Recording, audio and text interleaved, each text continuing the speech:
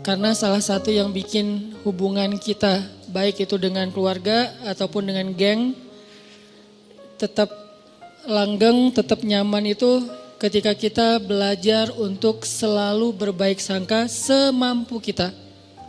Fattaqullaha mastata'tum. Jadi ada level orang yang bisa berbaik sangka tuh level haqqa tuqatih. Kan ayatnya 2 ya. Ayat yang di Ali Imran, ittaqullaha haqqa tuqatih. Kalau ittaqullah itu kita breakdown, kan takwa itu variannya tuh banyak banget. Salah satu di antara arti takwa itu adalah berbaik sangka. Karena berbaik sangka juga amal soleh. Ada orang yang bisa berbaik sangka itu levelnya haqqa tuqatih. Benar-benar baik sangka. Ini orang kayak gak pernah ada pikiran buruk di dalam akalnya, di dalam pikirannya. Selalu baik tentang orang lain. Kalau ke manusia aja yang dia punya aib, dia selalu bisa berbaik sangka. Apalagi ke Allah yang maha sempurna. Ada orang yang kayak gitu emang. Tapi jarang banget. Apa kriteria orang bisa kayak gitu Ustaz? Atau apa kuncinya, tipsnya? Ya mungkin satu, dia orang yang bisa jadi dia emang orang yang polos. Sehingga gak ada pikiran-pikiran yang macam-macam di dalam benak dia, terlalu polos. Ada orang kayak gitu, ada.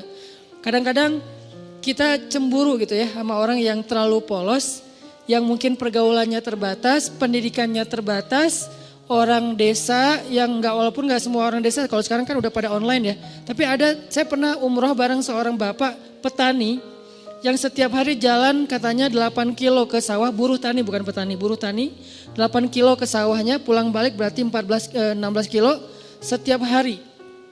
Dan ketika berangkat umroh, itu orang yang lain kadang-kadang namanya orang dari satu grup ya. Ada aja masalah kayak masalah di dalam kamar. Misalnya kayak satu grup kita ngambil yang kuat, 4 orang. Ada yang gak senang AC-nya dingin lah. Ada yang gak bisa tidur kalau lampunya nyala lah, yang lain harus nyala, yang satu gak bisa nyala. Ada yang kalau di kamar mandi paling lama sendiri, jadi pada ngantri. Ada aja masalah, tapi ini orang gak pernah ada masalah. Ke orang lain tuh dia gak pernah baper, gak pernah bete, gak pernah marah, gak pernah ngomongin yang enggak. Nyaman banget, kayaknya hidupnya tuh anteng, gak ada masalah. Kenapa bisa kayak gitu? Mungkin bukan karena dia orang yang selalu mampu berbaik sangka. Allah menganugerahi dia kepolosan sehingga gak bisa berburuk sangka. Dia gak bisa berbaik sangka dan juga gak bisa berburuk sangka, ya gitu-gitu aja. Dalam satu kondisi kadang orang kayak gini lebih bahagia daripada kita yang complicated ya. Satu sisi kita kalau berbaik sangka itu luar biasa. Tapi sisi lain kalau udah was-wasa berburuk sangka juga bisa rumit banget. Tapi ada orang yang biasa-biasa aja. Sehingga pas lagi umroh tuh saya ngelihat Bapak ini kayaknya di antara satu jemaah umroh termasuk saya, dia nih yang paling mabrur ibadahnya. Kenapa? Jangan lihat mabrurnya ibadah itu atau solehnya seseorang itu dari yang tadi sunnah doang. Kadang-kadang ada orang yang ibadahnya tuh bagus banget malam hari tapi siangnya habis. Makanya Nabi nyebutnya dengan istilah apa? Muflis, orang yang bangkrut. Bukan orang miskin, orang bangkrut. Karena kalau orang miskin gak mungkin bangkrut kan? Apa yang mau dibangkrutin karena gak ada yang lebih misalnya kan? Orang bangkrut itu orang kaya tapi jatuh miskin, itu namanya orang bangkrut. Muflis bahasa hadisnya. Siapa orang yang bangkrut kata Nabi? Kata sahabat, orang yang kehilangan uangnya ya Rasul. Orang yang kehilangan ontanya ya Rasul. Orang yang kehilangan hartanya ya Rasul. Kata Nabi bukan itu. Ada yang lebih parah. Siapa? Orang yang kehilangan pahalanya. Dia datang di hari akhirat. Dia datang di hari akhirat masuk dalam komunitas. Nanti di Padang Mahsyar kan banyak komunitas tuh. Ada komunitas ahli tahajud, ada komunitas ahli sedekah, ada komunitas ahli sholat berjamaah, ada komunitas menjaga pandangan, ada komunitas yang jomblo fisabilillah. Dia wafat dalam keadaan sendiri tapi gak pernah berbuat dosa-dosa yang kayak gitu-gituan. Artinya kan jomblo fisabilillah banget ya. Makanya sampai ada hadis 7 komunitas yang di Padang Mahsyar dapat treatment Allah yaitu naungan kan. Satu komunitas yang isinya semuanya pemimpin yang adil. Presiden dari zaman Khulafaur Rasyidin sampai nanti munculnya Dajjal, tapi semuanya orang-orang adil nih.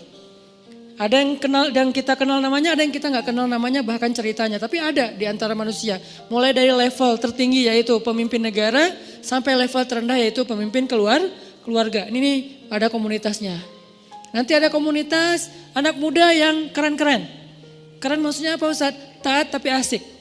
Dia masih muda, asik dengan kehidupannya, cuman gak pernah melanggar syariat. Dia rajin ibadah, dia jujur, dia banyak berbuat baik ke orang lain. Komunitas anak-anak muda. Salah satu yang terkenal di antara mereka legend banget siapa? Ashabul Kahfi.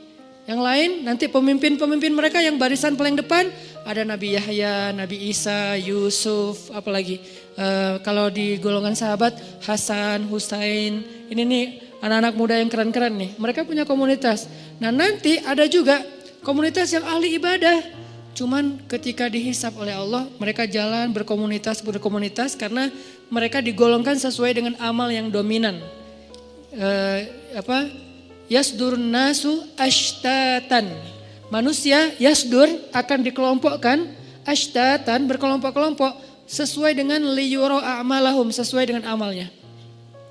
Jadi kalau datang ahli Quran itu ketahuan, wah hebat ya mereka ahli Quran gitu. Ketahuan dari mana? Mereka akan diberikan kendaraan cahaya. Kemudian dijemput langsung dari tempat mereka dibangkitkan. Dari kuburnya dijemput oleh malaikat. Kemudian mereka akan dikawal oleh malaikat yang juga ahli Quran. Siapa malaikat itu? Malaikat Safaroh. Safaroh itu safir. Safir itu artinya brand ambassador, duta. Malaikat-malaikat duta. Wah hebat ya, jadi kayak selebriti di padang mahsyar lewat kelompok selebriti Al-Quran. Ada yang kayak gitu, tapi ini belum dihisap nih, masih berkelompok-kelompok. Begitu masuk hisap, berubah lagi nih. Dari satu komunitas itu misalnya Ahlul Quran, yang penghafal Quran, penghafal hadis, ahli ilmu, ternyata cuma setengahnya yang lulus masuk surga. Setengahnya lagi ketahan, kenapa? Bangkrut. Kenapa bangkrut? Mungkin dia ahli Quran, tapi dia juga suka berburuk sangka dan membicarakan aib orang lain. Mungkin dia ahli tahajud tapi dia siangnya membicarakan aib orang lain. Ini nih yang bahaya nih. Jadi balik lagi, saya kayak ngerasa iri gitu ke bapak tadi yang orangnya tuh lempeng, ibadahnya mungkin enggak kayak yang lain yang sehari tahu sampai 5 kali. Dia paling sehari sekali, itu juga kalau ada yang ngajak, kalau enggak di kamar aja sendiri gitu kan ya. Karena udah selesai ibadah umroh, ya udah di kamar. Kenapa dia gak ke masjid? Apa kurang soleh? Bukan, gak tahu jalan. Dia sekamar itu berlima, aslinya berempat tapi ditambah jadi berlima dan dia gak komplain. Yang 4 ini komplain, dia gak komplain. Padahal yang 3-nya komplain, dia gak. Kenapa? Karena dia ya gak apa-apa. Terus di antara berlima ini kan ada extra bed ya. Karena kamarnya kamar quad dengan bed yang single bed. Terus karena ditambah satu lagi, soalnya udah ganjil, extra bed, dia tidur di extra bed. Yang notabene extra bed itu enggak seperti yang biasa, kurang empuk, terus dari bawahnya tuh bunyi-bunyi gitu, terus sakit badan, tapi dia mau, padahal dia bayar sama dengan yang lain, tapi dia dikasih extra bed, gak apa-apa. Terus teman-temannya karena malam-malam pada cepet-cepetan, pada berangkat sendiri-sendiri ke masjid, dia tinggal sendiri, takut, sama orang kampung, takut keluar entah nyasar, kan yang paling terkenal tentang Mekah itu kan nyasar ya. Jadi akhirnya dia karena takut nyasar, ya udah di kamar aja. Salat subuh di kamar padahal di Mekah. Pak gimana tadi subuhnya? Di kamar Ustaz. Loh kenapa? Gak ada yang nemenin gitu doang. Wah ini Masya Allah, mungkin subuh dia tuh lebih afdal daripada kita yang subuhnya di masjid. Kenapa? Bukan karena dia gak mau, dia gak mampu, takut. Yang lain tawaf sehari 5 kali, dia tawaf kalaupun ada yang ngajak sehari sekali. Tapi gak pernah ngomongin aib orang lain. Gak pernah berburuk sangka kepada orang lain. Dia orangnya selalu tersenyum. Dalam keadaan capek aja bisa tersenyum. Dahsyat nih orang kayak gini nih. Gak tahu Allah kasih kelebihan apa pada dia. Ini namanya haqqa tuqatih. Husnuzonnya itu udah benar-benar husnuzon. Selalu husnuzon. Gak pernah berburuk sangka. Ada orang kayak gitu? Ada. Apalagi di kalangan sahabat. Contoh. Ada seorang sahabat namanya Tolhah bin Abdillah. Istrinya Tolhah ini pernah sukses, pernah juga diuji dengan terpuruk secara finansial, bisnis dia, dagangan dia tuh kayak rugi gitu. Ketika sukses, teman-temannya banyak yang datang ke rumah. Tolhah, jadi rumahnya rame terus. Dan suka minjemin duit dari dia, jadi dia bantuin teman-temannya, traktirin makan teman-temannya. Pas lagi sukses nih, begitu dia bangkrut, sepi, gak ada yang datang ke rumahnya. Orang gak ada yang ngejar dia, gak ada yang ngeramein rumahnya lagi. Nggak ada yang jalan makan bareng dengan dia. Harusnya kan minimal gantian dong, sekarang dia yang ditraktirin kan. Akhirnya istrinya secara manusiawi normal bilang gini, Tolha, tuh lihat teman-teman kamu sekarang. Ketahuan kan siapa yang sejati, siapa yang enggak. Kenapa kata Tolha? Giliran kamu sukses dulu mereka nemenin kamu. Ramai di rumah setiap malam. Sekarang giliran kamu bangkrut mereka jauh dari kamu. Kata Tolha, enggak, sebaliknya. Mereka itu teman-teman yang baik. Mana sisi baiknya? Dulu ketika aku banyak uang, mereka datang meminta tolong kepada aku karena mereka tahu aku mampu menolong mereka. Sekarang ketika aku bangkrut gak punya uang, mereka gak datang lagi karena gak mau merepotkan aku. Lihat sisi, selalu ada sisi husnuzon. Ini orang kok bisa kayak gini gitu. Sekarang mereka gak datang lagi ke rumah aku karena gak mau ngerepotin aku. Takut daripada saya minta pinjam uang ke Tolha tapi Tolha jadi gak enak hati karena gak bisa nolongin. Kasihan, ya udah deh gak usah datang ke rumah Tolha. Itu yang dipikirin. Coba kalau kayaknya kita kayak istrinya lah ya, normal kan ya. Dan itu gak salah, cuman ada orang yang keren. Bisa haqqa tuqatih. Sehingga ayatnya, ittaqullaha haqqa tuqatih. Kalau kalian mau beramal soleh yang pol coba. Ada orang yang bisa kayak gitu. Siapa lagi yang bisa husnuzon? Istrinya Abu Ayyub. Ketika terjadi fitnah, berita hoax tentang Aisyah selingkuh dengan Sofwan. Istrinya Abu Ayyub pulang ke rumah terus nanya ke istrinya, "Mah, udah dengar berita yang lagi trending topik gak?" Gitu. "Oh, tentang Aisyah, ya gimana menurut mama?" Kata istrinya Abu Ayyub, "Ya Abu Ayyub, gimana menurut engkau kalau ada yang membuat berita aku selingkuh?" Kata Abu Ayyub, "Ma'azallah, gak mungkin saya percaya karena saya tahu mama orangnya solehah, baik, menjaga diri, gak mungkin macam-macam. Kalau sebaliknya ada orang yang mengatakan engkau hai Abu Ayyub selingkuh, mungkin gak?" "Ma'azallah, gak mungkin saya selingkuh, kan saya suami setia sama kamu," gitu-gitu kan ya. "Terus saya gak mungkin selingkuh, gak mungkin berpaling ke yang lain mah, demi Allah gitu." Kata istrinya Abu Ayyub, "Wahai Abu Ayyub, sesungguhnya Aisyah lebih soleha dari aku. Kalau aku gak mungkin, Aisyah lebih gak mungkin lagi. Sesungguhnya Sofwan lebih soleh dari kamu. Kalau kamu aja gak mungkin, apalagi Sofwan." Ini juga berbaik sangka. Dia selalu melihat angle yang bisa buat dia tuh berbaik sangka sama orang lain. Dia cari, dia ulik tuh. Gimana ya cara berbaik sangka, gimana ya cara berbaik sangka. Kan itu harus dicari juga ya, gak bisa pasrah gitu aja. Karena kalau kita pasrah doang kan yuwaswis. Yang banyak itu kan was-wasah setannya nih. Yuwaswisu fi sudurinas. Ternyata dia benar, ternyata dia gitu, ternyata dia nggak seperti yang kamu pikirkan. Ini tuh banyak banget sehingga kita harus melawannya dengan cari-cari celah. Mana ya sisi baiknya ya, mana sisi baiknya ya. Kalau nggak ada, minimal kalau nggak bisa sama sekali, Allahu a'lam. Saya nggak mau komen deh. Saya nggak mau berprasangka apapun deh. Ya udah deh, saya diam aja. Nah ini menunjukkan bahwa ada orang yang haqqa tuqatih. Ada juga yang nggak bisa haqqa tuqatih, maka Allah berfirman di dalam surat At-Taghabun kalau nggak salah, fattaqullaha mastata'tum. Kalau kalian nggak bisa berbaik sangka total, semua kasus berbaik sangka nggak bisa, minimal mastata'tum, usahakanlah semampu kalian. Ini Al-Quran, indahnya Al-Quran tuh kayak gitu, balance. Cuman kadang-kadang kan kita ngambil satu ayat menyimpulkan, padahal ayat itu saling mengutuhkan, saling menjelaskan, bayinat antara satu dengan yang lain. Kalau nggak bisa semuanya berbaik sangka, jangan sampai juga kita akhirnya nyerah. Kayaknya susah banget ya berbaik sangka, udah deh kita biasa-biasa aja, jangan gitu.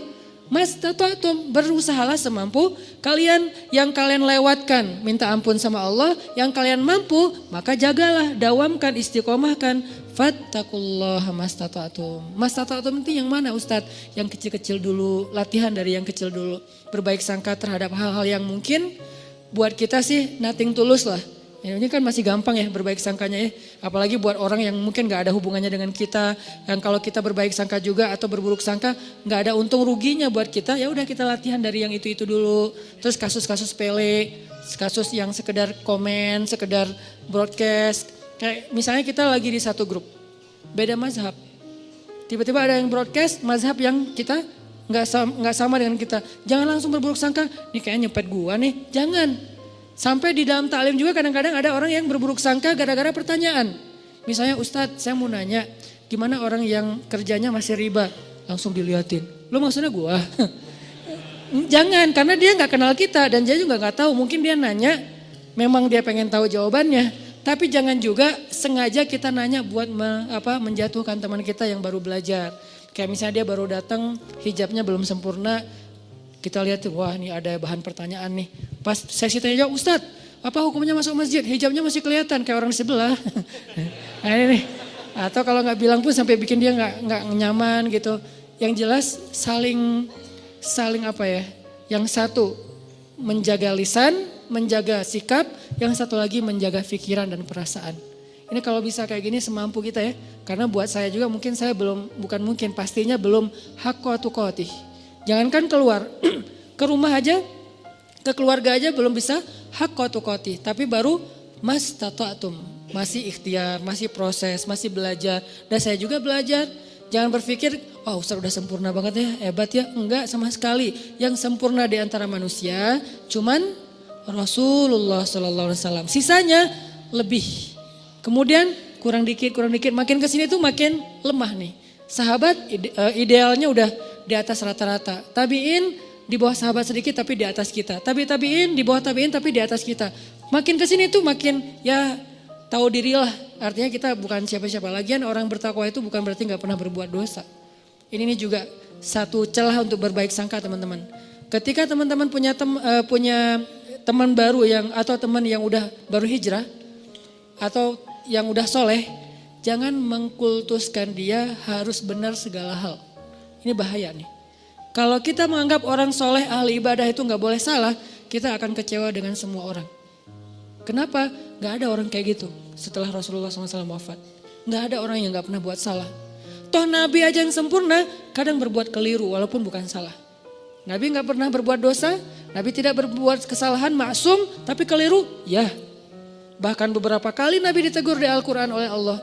Banyak ayat, termasuk Nabi lupa bilang insya Allah, sampai akhirnya ditegur. Termasuk Nabi misalnya mengharamkan apa yang Allah halalkan demi nyenengin istrinya. Termasuk Nabi sikapnya bermasa muka dan berpaling. Termasuk Nabi salah fatwa memutuskan masalah tawanan perang. Banyak di Al-Quran itu teguran kepada Nabi. Kenapa? Karena Nabi juga manusia. Cuman beda sama kita, kalau kita salahnya kadang-kadang sengaja. Kalau Nabi tidak sengaja. Dan salahnya Nabi itu bukan salah dalam bahasa fikih, keliru.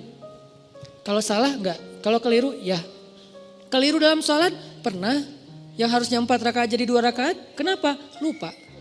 Nabi tapi kok gak khusyuk? Bukan gak khusyuk, Allah bikin kayak gitu biar Nabi itu jadi teladan buat kita yang pelupa. Sholat, udah berapa rakaat nih? Kan lupa kan? Ya udah deh, kayaknya udah selesai deh. Assalamualaikum. Nah ada teladannya dari Nabi. Kalau kita lupa, ambil yang paling kecil angkanya. Jangan ambil angka yang paling besar, keenakan. Baru juga serakaat, kayaknya udah 4 deh. Assalamualaikum. Setiap hari aja sholat serakaat karena pelupa gitu.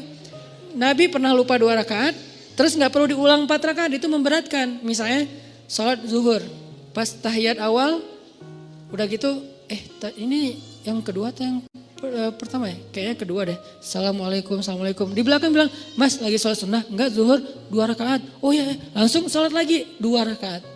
Tidak perlu diulang, ya kok dikasih tahu sih, biarin aja kali. Jangan, biarin. Akhirnya kita nambah 2, kan gak repot ya kalau nambah 2 rakaat ditutup dengan sujud sahwi. Kecuali kita udah kemana-mana, makan-makan dulu, cari kayak batagor, apa segala macam. Lo tadi perhatiin gue sholat gak? Iya. Kenapa? 2 apa 4? 2 sih kayaknya. Oh 2 beneran 2 ya. Udah 2 lagi deh. Enggak, itu mah udah batal, udah jauh ya. Tapi kalau masih duduk, tapi kan udah ngomong Ustaz. Ngomongnya kan yang perlu aja, cuman masalah bab sholat, bukan ngerumpi. Udah ngobrol kemana-mana masalah politik segala macam. Kayaknya tadi kita bener gak sih sholatnya? Udah lama kali, itu ulang lagi dari awal. Nabi pernah kayak gitu? Pernah. Tapi itu bukan salah, keliru. Dalam bahasa fikih itu namanya khata', bukan batil. Nabi tidak pernah berbuat batil. Tapi kalau yukhti atau khata' pernah, cuman gak sengaja. Artinya ya semampu kita aja lah, berbaik sangka sama orang, berbaik sangka sama pasangan, berbaik sangka sama keluarga, apalagi orang tua. Gimana caranya Ustadz biar bisa berbaik sangka? Satu, tadi cari celah. Kalau kata ulama, iltamis li akhika alfa uzrin. Carilah untuk saudaramu 1000 alasan.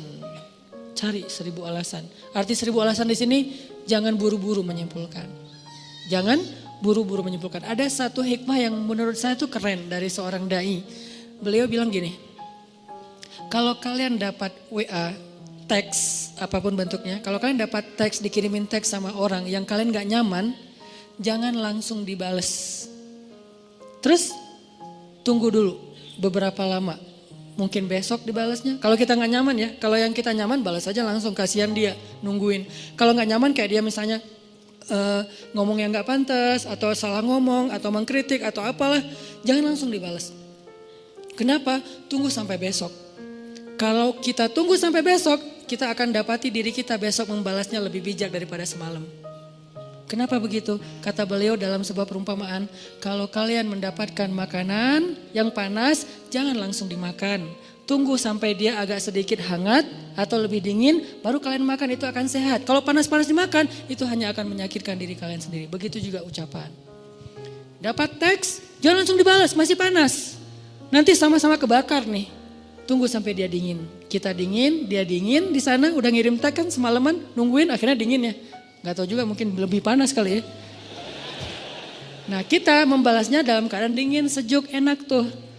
Kayak air dikasih teh panas, tunggu sampai jadi teh anget.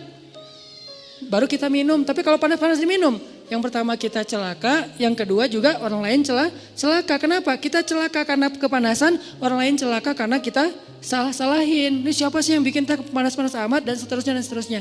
Begitu juga dengan ucapan. Ini cara berbaik sangka nih. Caranya jangan langsung disimpulkan, jangan langsung dijudge, tunggu aja dulu. Siapa tahu setelah kita tunggu ternyata secara natural terjelaskan dengan sendirinya. Muncul tabayun yang tidak kita sengaja, bukan kita cari, bukan. Tiba-tiba muncul kayak tabayun, penjelasan dari sana sini. Akhirnya kita gak sempat menyimpulkan yang negatif kan. Alhamdulillah selamat gitu. Ustadz, kadang-kadang buruk sangka itu bukan disengaja, muncul aja. Makanya gak mungkin lah kita sengaja pengen berburuk sangka sama orang lain. Itu was-wasa dari setan. Kok salah setan sih Ustadz? Ya emang salah setan. Kenapa kok salah setan? Ya setan, memang untuk disalahin gitu kan. Makanya Nabi Yusha ketika lupa dengan ikannya yang berenang, apa kata beliau?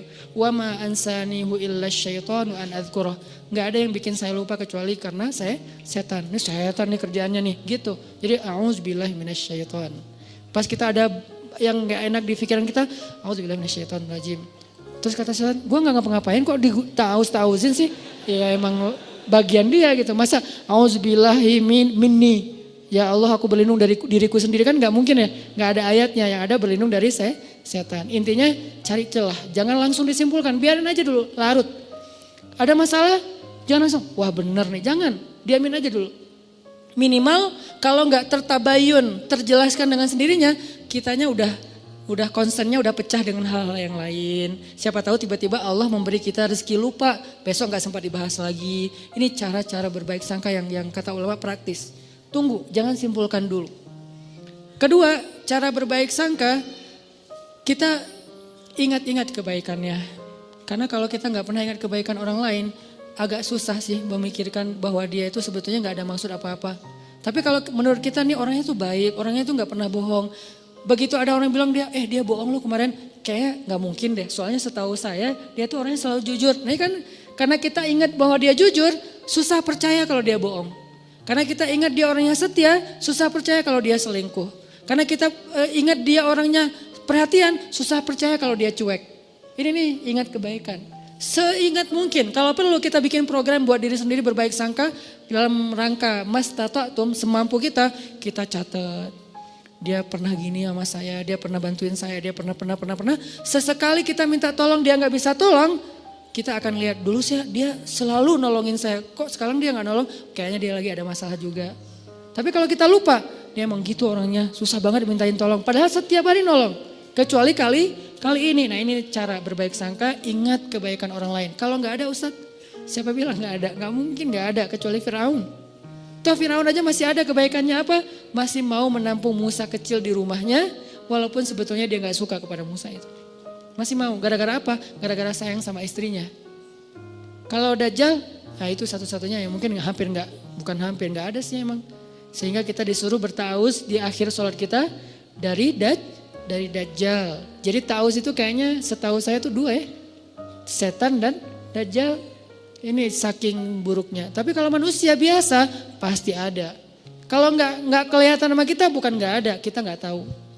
Sehingga kita berbaik sangkanya ya pasti adalah kebaikan dia, cuman saya nggak tahu. Ustadz kalau yang berburuk sangka itu tentang sesuatu yang bikin kita sebel gimana Ustadz? Ini nih yang agak berat nih. Kalau nggak ada hubungannya dengan kita kayak isu, informasi apa yang lagi nge-hit atau apa, itu mungkin buat kita sih gampang berbaik sangkanya. Tapi kalau yang bikin kita nyesek gimana Ustadz berbaik sangkanya? Sholat. Jangan berbaik sangka sama dia kalau belum mampu. Berbaik sangkalah kepada Robnya. Karena kalau ini juga nggak bisa, udah nggak ada lagi harapan. Cara berbaik sangka kepada Allah hubungannya dengan dia apa Ustadz? Ya Allah, saya nggak tahu apa yang terjadi. Saya serahkan urusan dia kepada Engkau. Engkau pasti nggak akan ngecewain saya dong pastinya. Ini nih cara berbaik sangka ke Allah. Akhirnya tawakal modalnya supaya kita nggak ngikutin prasangka buruk kita yang bikin kita nyesek. Kadang-kadang orang berburuk sangka itu bukan hanya dalam kehidupan yang biasa. Dalam ibadah aja bisa berburuk sangka. Dan kalau udah kayak gitu udah nggak nyaman. Ada teman kita misalnya kayak lagi puasa sunnah. Kok dia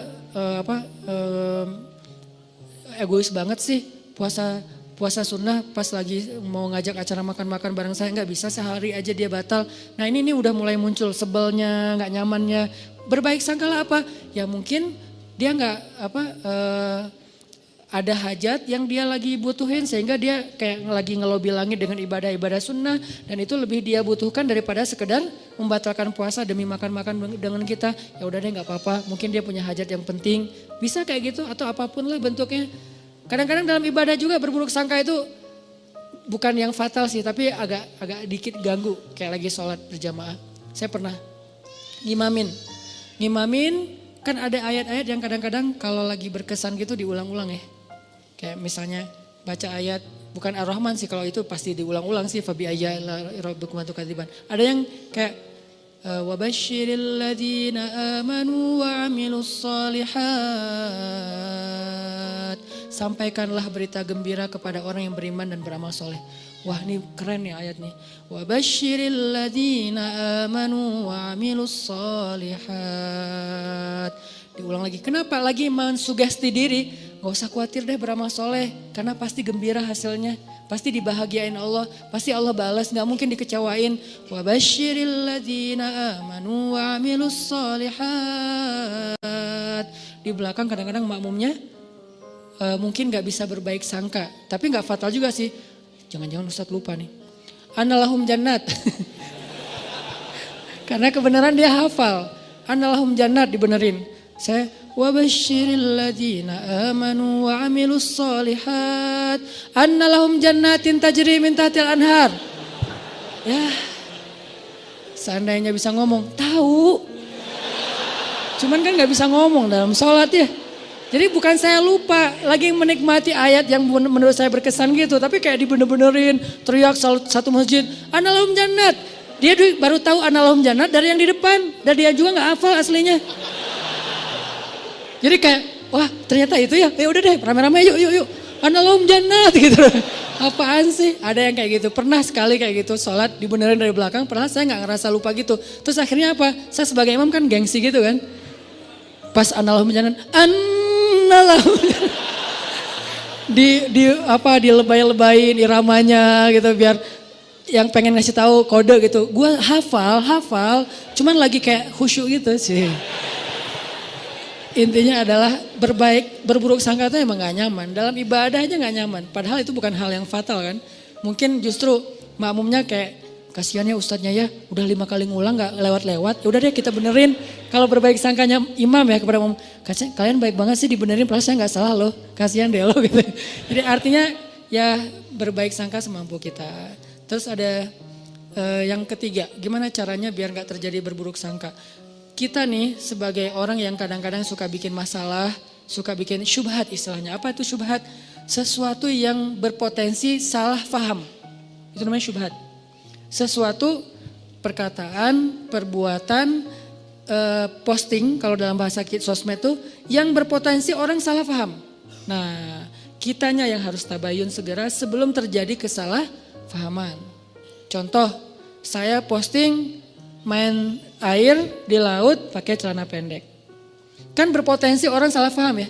Wah Ustadz kok celana pendek gitu kan. Akhirnya di caption not itu pakai knee band. Saya menutup lutut pakai kayak ikat lutut gitu. Jadi tetap ketutup. Ini pakai knee band loh ya, ditutup di pakai yang agak kayak ketat gitu. Cuman warnanya warna kulit.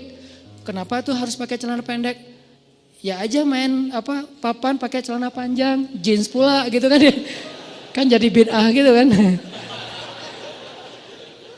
Gimana saya mau deketin teman-teman surfing, sementara saya dianggap ahli bid'ah dalam mazhab surfing. Kecuali saya pakai shortboard yang emang dia lebih modern, sehingga saya bisa pakai wetsuit gitu kan, pakaian kayak nyelam gitu yang panjang. Tapi kebenaran karena emang masih belajar, biar lebih gampang pakainya yang longboard, selong mungkin. Kalau bisa 10 meter gitu kan. Selong mungkin biar lebih stabil kan, makin long, makin lebar, makin tebal kan makin stabil tuh. Walaupun berat sih kalau kena lumayan gitu. Ngambil yang paling long, makin bold. Sehingga mazhabnya itu makin kayak single fins or die gitu kan. Satu fin atau gak usah sama sekali deh, gak usah pakai fins gitu. Akhirnya ngikutin mazhab teman-teman yang emang mereka punya prinsip bahwa kalau long itu celananya pendek Ustadz, bajunya geleber gitu Ustadz, terus kayak gitu-gitu. Oh ada yang gitu-gitu ya? Iya ya Ustadz, ya udah deh biar saya nggak diahliin bid'ah, biar bisa dekat sama mereka, ngobrol santai. Ya udah pakai celana pendek, cuman biar nggak jadi syubhat, ditutup lututnya. Ini namanya mentabayyun sendiri sebelum dipertanyakan oleh orang lain. Ada yang kayak gitu, ada juga yang kayak misalnya kita lagi ke satu wilayah yang mereka baca Qur'annya itu kalau sholat bismillahnya dijaharkan. Ada yang mazhab jahar, ada yang enggak. Kalau saya kan ngambil mazhab yang sir, tapi baca cuman enggak dijaharkan. Nah pas lagi di sana kita bisa jelasin, maaf ya saya mungkin baca cuman sir gitu. Biar orang, lah Al-Fatihah enggak pakai bismillah. Nah diperjelas.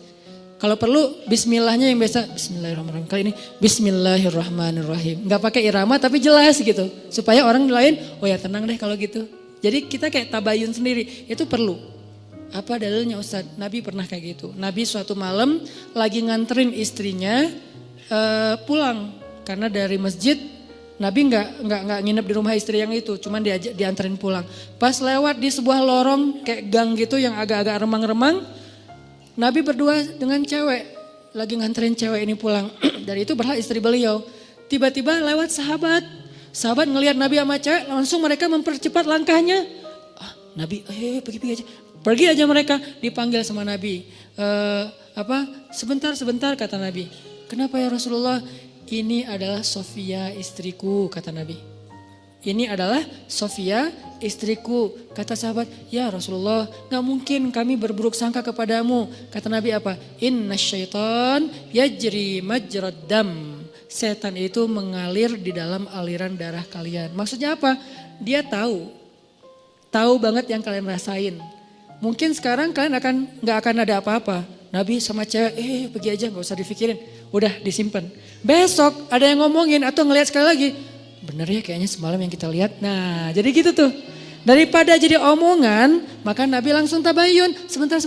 Ini Sofia istriku kata Nabi. Oh iya berarti udah gak ada fitnah. Ini namanya tabayun langsung. Kadang kita sebagai objeknya yang harus aktif. Kalau kita lihat sikap kita, postingan kita, ucapan kita, teks kita, caption kita tuh bisa mengundang salah faham orang yang membaca.